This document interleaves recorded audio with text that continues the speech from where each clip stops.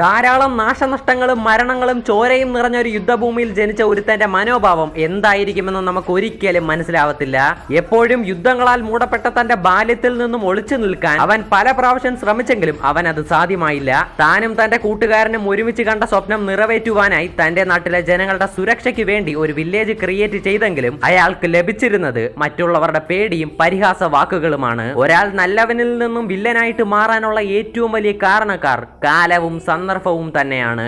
മരിച്ചു മണ്ണടിഞ്ഞ് പല വർഷങ്ങൾ കഴിഞ്ഞിട്ടും ഇന്നും അയാളുടെ പേര് കേട്ടാൽ ആളുകൾ ഭയപ്പെടുന്നുണ്ടെങ്കിൽ മരിച്ചതിന് ശേഷം തിരിച്ച് റീഅനിമേറ്റ് ചെയ്ത് കൊണ്ടുവന്നപ്പോൾ അയാൾ ഒരാളെ മാത്രം എതിർക്കാനായിട്ട് 5 വില്ലേജസിലെ മൊത്തം നിഞ്ച ആർമീസും 5 കാഗേസും ഒരുമിച്ച് നിന്നിട്ടുണ്ടെങ്കിൽ അയാളുടെ റേഞ്ച് എന്താണെന്ന് നിങ്ങൾക്കൊന്ന് ഊഹിക്കാവുന്നതേ ഉള്ളൂ.